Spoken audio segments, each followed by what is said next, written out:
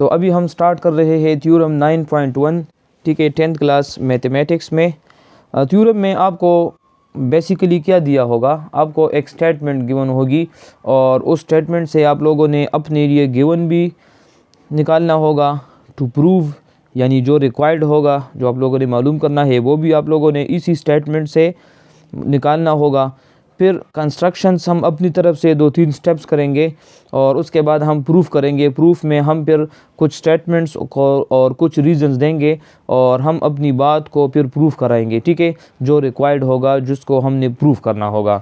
So theorem 9.1 का जो statement है, आप लोगों ने सबसे पहले काम क्या करना है, स्टेटमेंट को समझना है कि स्टेटमेंट में क्या बताया गया है। देखिए, अरबी का एक मशहूर कोट है, कहते हैं कि फ़हमुस्सुआली निस्फुल जवाब, यानी कि अगर आपने सवाल को समझ लिया है तो आपको आधा आंसर आ गया है।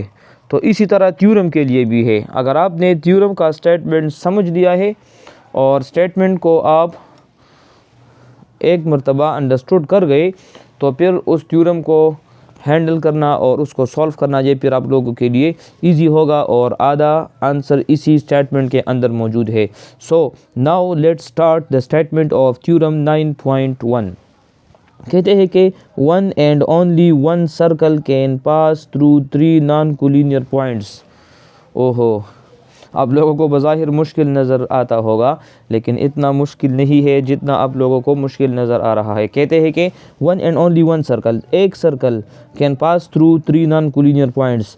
नॉन कोलिनियर पॉइंट्स को पहले आप लोग समझ ले, वो पॉइंट्स जो एक लाइन पर वाक़िया ना हो उनको हम नॉन कोलिनियर पॉइंट्स कहते हैं, और वो पॉइंट्स जो एक लाइन पर वाक़या होते हैं, यानी अगर मैं कहूँ कि एक पॉइंट यहाँ पर है, एक पॉइंट यहाँ पर है, एक पॉइंट यहाँ पर है, सो ये तीनों पॉइंट्स एक लाइन के ऊपर वाक़या होते हैं, फिर उनको हम कोलिनियर पॉइंट्स कहते हैं। लेकिन यहाँ पर नॉन कोलिनियर है, सो हम ऐसे 3 पॉइंट्स कंसिडर करेंगे, ठीक है, जो जिसके ऊपर सिर्फ एक ही सर्कल पास हो सकता है। तो इसके लिए हम क्या करेंगे, सबसे पहले हम एक सर्कल को ड्रा कर लेते हैं। तो ये मैंने सर्कल ड्रा कर दिया है, ठीक है। अभी इस सर्कल के ऊपर हमने 3 नॉन कोलिनियर पॉइंट्स लेने हैं, ठीक है, और 3 मुझे किसने बताया है, क्वेश्चन के स्टेटमेंट में, थ्योरम के स्टेटमेंट में गिवन है कि 3 पॉइंट्स है। अभी 3 पॉइंट्स मैं यहाँ पर रैंडमली किसी भी जगह पर सेलेक्ट कर सकता हूँ, ठीक है। लेट सपोज़ मैंने यहाँ पर एक पॉइंट ले लिया, पॉइंट ए, यहाँ पर मैंने ले लिया पॉइंट बी, और यहाँ पर मैंने इसके नीचे बिल्कुल मैंने एक पॉइंट ले लिया, पॉइंट सी, ठीक है। अभी ये तीनों पॉइंट्स नॉन कोलिनियर है। देखे, ये तो एक लाइन पर वाक़या नहीं होते ना, स्ट्रेट लाइन पर ये वाक़या नहीं होते, ठीक है। तो ये हमें असल में बता दिया गया है, ये क्या है, ये गिवन है कि 3 नॉन कोलिनियर पॉइंट्स है। तो सबसे पहले हम यहाँ पर इस तरह एक हेडिंग दे देंगे, ठीक है। आप लोगों ने थ्योरम को जब सॉल्व करना होगा तो सबसे पहला हेडिंग आप लोगों का क्या होगा, गिवन। अभी जो गिवन है वो मैं यहाँ पर लिख देता हूँ, और गिवन क्या है, ए बी एंड सी। ये नेमिंग आप लोग खुद से भी कर सकते हैं, आर 3 नॉन कोलिनियर पॉइंट्स, ठीक है। गिवन के बाद हम हेडिंग दे देंगे टू प्रूफ, जो हमने प्रूफ कराना होगा।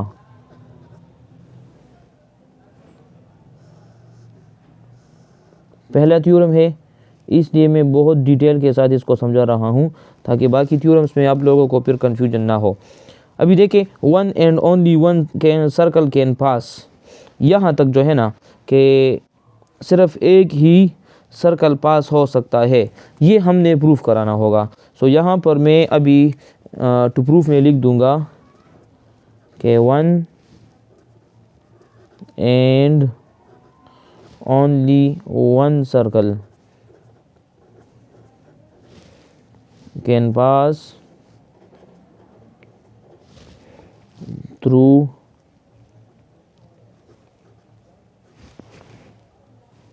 The points A B and C, यानी इन तीनों पॉइंट्स में एक सर्कल पास होगा। ये तो आपको डायग्राम में नज़र आ रहा है, लेकिन इसको हमने क्या करना होगा, इसको हमने प्रूफ भी कराना होगा, ठीक है।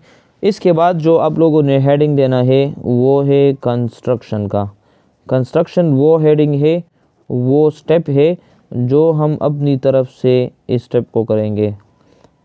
हमने कुछ हेल्प भी तो लेना है ना, हमने कुछ अपनी तरफ से भी स्टेप्स लेने होंगे ताकि हम अपनी इस बात को क्या करें, इस बात को हम प्रूफ करा ले। सो यहाँ पर मैं पहला स्टेप कंस्ट्रक्शन में ये लिख दूंगा कि आप लोग इस बी पॉइंट को इस ए और सी के साथ क्या कर दे, ज्वाइन कर ले, ठीक है। सो मैं यहाँ पर लिख दूंगा join B to A and सी।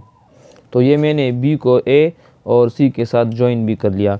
इसके बाद देखें अभी दो लाइंस है, एक है ए बी लाइन और एक है बी सी लाइन। दोनों लाइंस का आप लोग क्या करें, परपेंडिकुलर बाइसेक्टर्स भी ड्रा करें। तो यहाँ पर मैं लिख देता हूँ draw perpendicular bisectors X D and Y E. दो परपेंडिकुलर बाइसेक्टर हमने ड्रा कराने होंगे जिसका नाम होगा एक्स डी और वाई ई। किन तीन दो लाइंस का, ए बी और बी सी का, यानी इसका एक परपेंडिकुलर बाइसेक्टर इसका हम ड्रा करेंगे जो इसके साथ परपेंडिकुलर यानी 90 डिग्री बनाएगा, और एक लाइन हम इस तरह ड्रा करेंगे जो बी सी का परपेंडिकुलर बाइसेक्टर होगा और वो भी इस बी सी के साथ क्या बनाएगा, 90 डिग्री का बनाएगा। फिर इसके बाद क्या करें, विच इंटरसेक्ट एट ओ, और दोनों पॉइंट ओ पर मिल जाएंगे, ठीक है। तो ये कैसे बनेंगे, देखें ये दो लाइंस बन जाएंगे। अभी ये कैसे बनेंगे, 9th क्लास ज्योमेट्री में आप लोगों ने डिटेल के साथ पढ़ा है, लेकिन मैं थोड़ा सा दोबारा आप लोगों को ये रिवाइज कर देता हूँ। देखिए सबसे पहले आप लोग क्या करेंगे, प्रोटेक्टर को ले लेंगे, ठीक है, डी फुट को कंपास को ले लेंगे। कंपास यहाँ पर रख देंगे और थोड़ा सा उसको ओपन कर ले और इस तरह रोटेट कर ले, तो यहाँ इस तरह एक आर्क ड्रा हो जाएगा। फिर उसी कंपास को आप लोग यहाँ पर रख दे और दोबारा इस तरह आप लोग ड्रा करें तो इस तरह एक और क्रॉस बन जाएगा, तो यहाँ एक पॉइंट आ जाएगा, ठीक है। सो उस पॉइंट को आप लोग क्या करें, फुट रख दे यहाँ 90 डिग्री के साथ, क्या करें और इस तरह एक लाइन खींचे।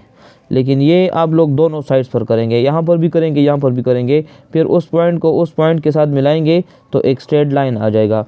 फिर इसी तरह यहाँ पर आप लोग कंपास को रख दे तो इस तरह एक आर्क ड्रा करें और यहाँ पर रख दे एक दोबारा आर्क ड्रा करें। ये 9th क्लास में डिटेल के साथ आप लोगों ने पढ़ा है।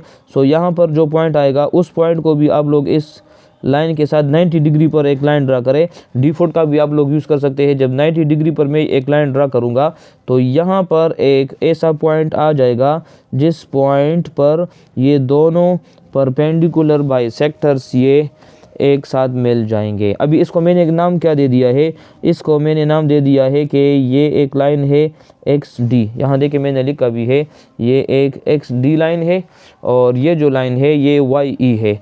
सो यहाँ पर इसको हम y और यहाँ पर इसको हम e का नाम दे देते हैं। सो वाई ई और एक्स डी ये दो परपेंडिकुलर बाइसेक्टर्स बन गए हैं। इसके बाद है join O to A and B. O को ए और बी और सी के साथ आप लोग इसको कंबाइन कर दें।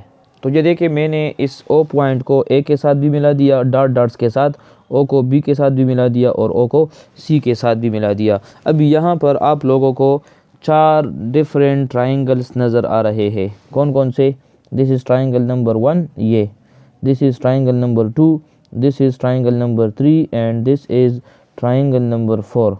अभी इन ट्राइंगल्स की मदद से हम इसको प्रूफ कराएंगे कि एक ही सर्कल ए बी और सी में से सिर्फ पास हो सकता है, ठीक है।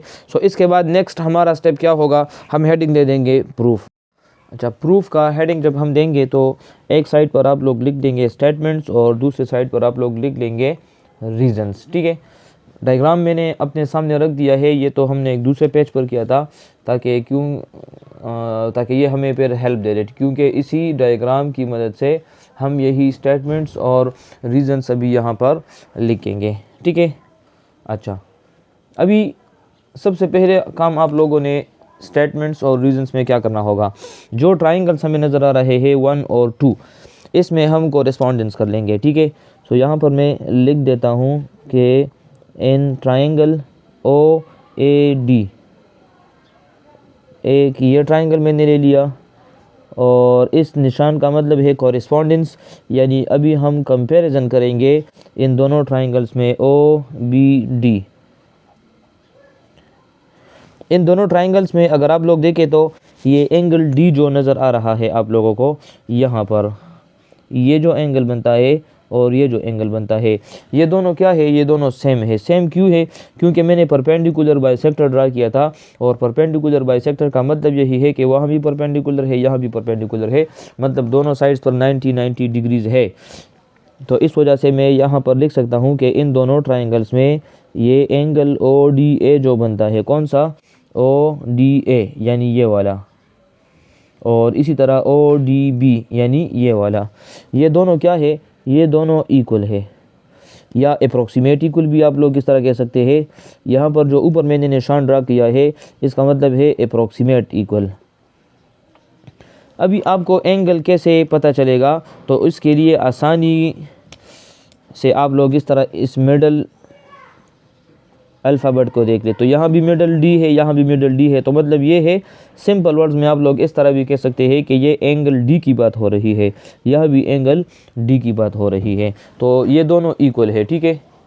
और A से लेकर D तक डिस्टेंस और D से लेकर B तक डिस्टेंस, ये दोनों भी सेम है।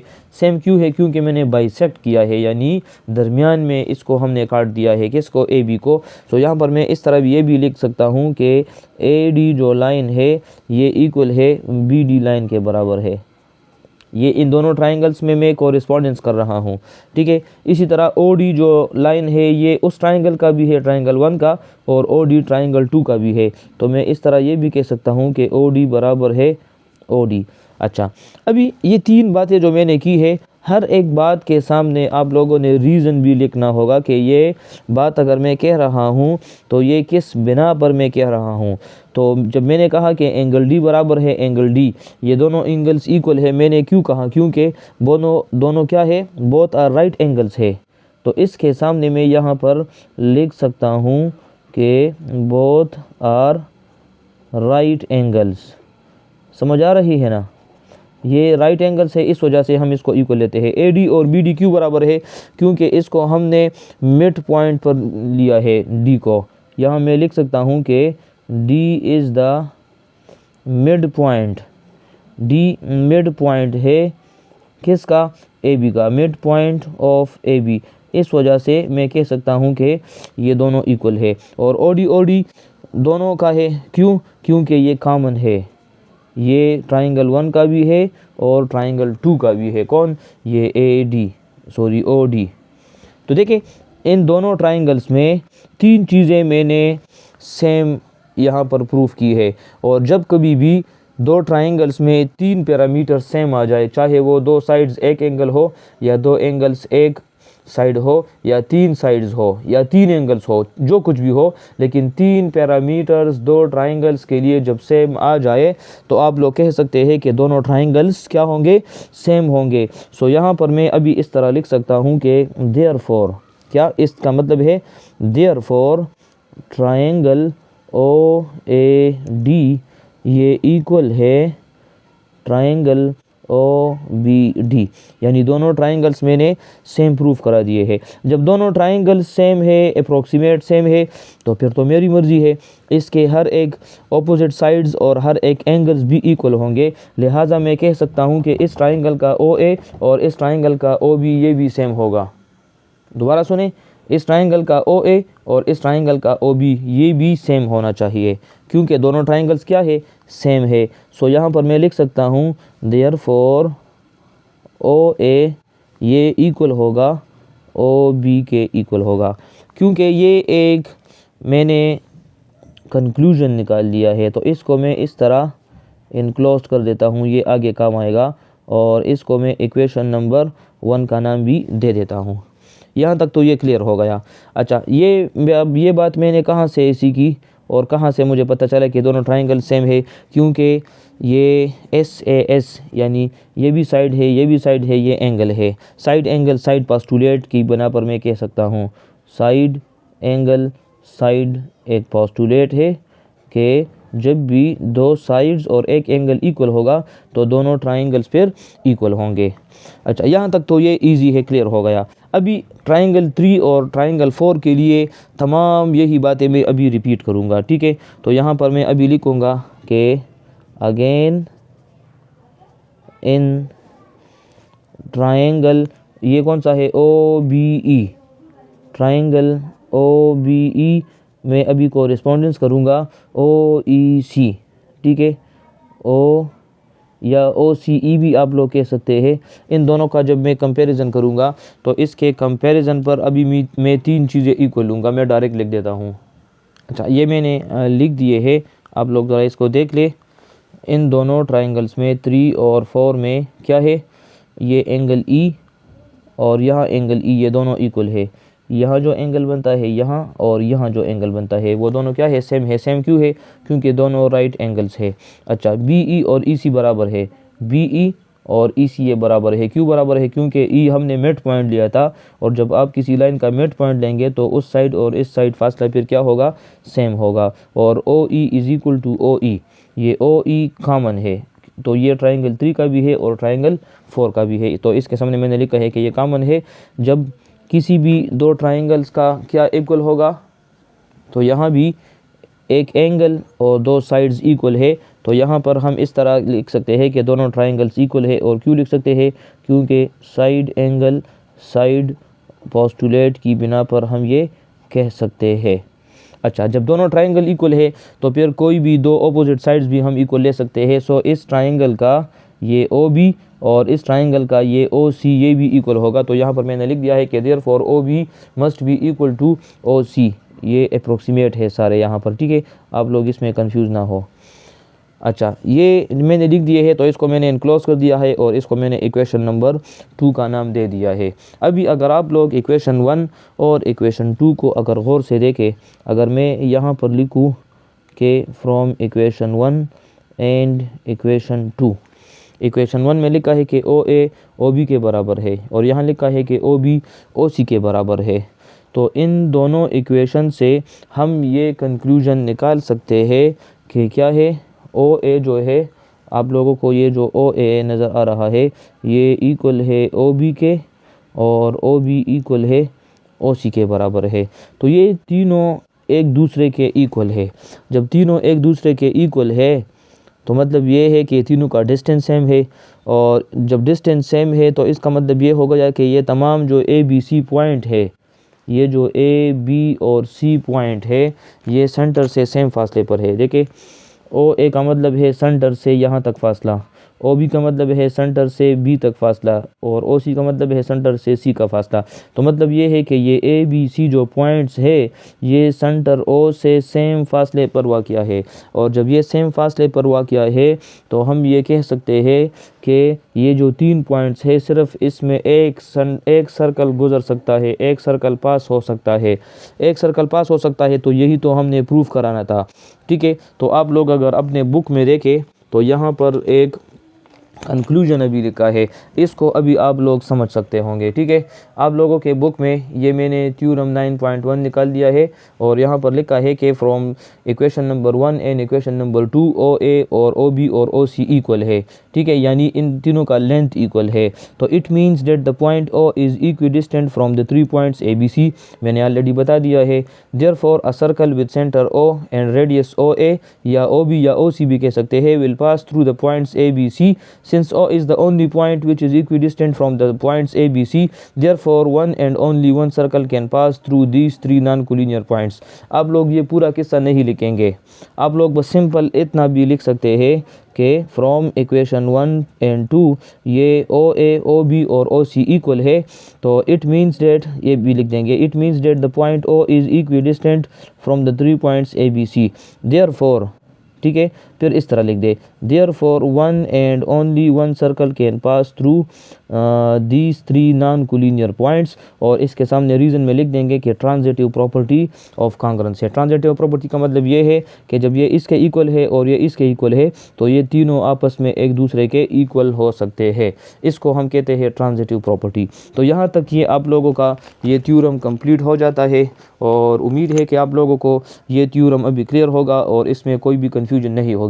लेकिन एक बात आप लोगों ने अपने साथ ये नोट कर लेना है कि थ्योरम आप लोग अंडरस्टैंड तो पहले कर जाएंगे, लेकिन थ्योरम को अंडरस्टैंड करने के बाद जो इम्पोर्टेंट पॉइंट ये है कि आप लोगों ने कम से कम 3, 4, 5 टाइम्स एक एक थ्योरम को अपने साथ एज अ प्रैक्टिस ये लिख देना है, ताकि ये फिर ये आप लोगों से ना भूले, ठीक है। बाकी क्वेश्चन आप लोग 1 या 2 मरतबा भी प्रैक्टिस कर लेंगे तो वो याद रहेगा, लेकिन थ्योरम बहुत जल्दी इंसान भूल जाता है। तो आप लोगों ने थ्योरम के लिए डायग्राम को भी सीखना होगा और उसको याद भी रखना होगा। सिर्फ याद करना नहीं है बल्कि याद रखना है। तो डायग्राम को भी याद रखना है और थ्योरम को भी बार बार प्रैक्टिस करके आप लोगों ने इसको भी याद रखना होगा, ठीक है। सो इंशाल्लाह मिलते हैं अगले लेक्चर में एक नए थ्योरम के साथ। तब तक के लिए अपना बहुत बहुत ख्याल रखना और मुझे दीजिए इजाज़त। अल्लाह हाफिज़ and thank you so much.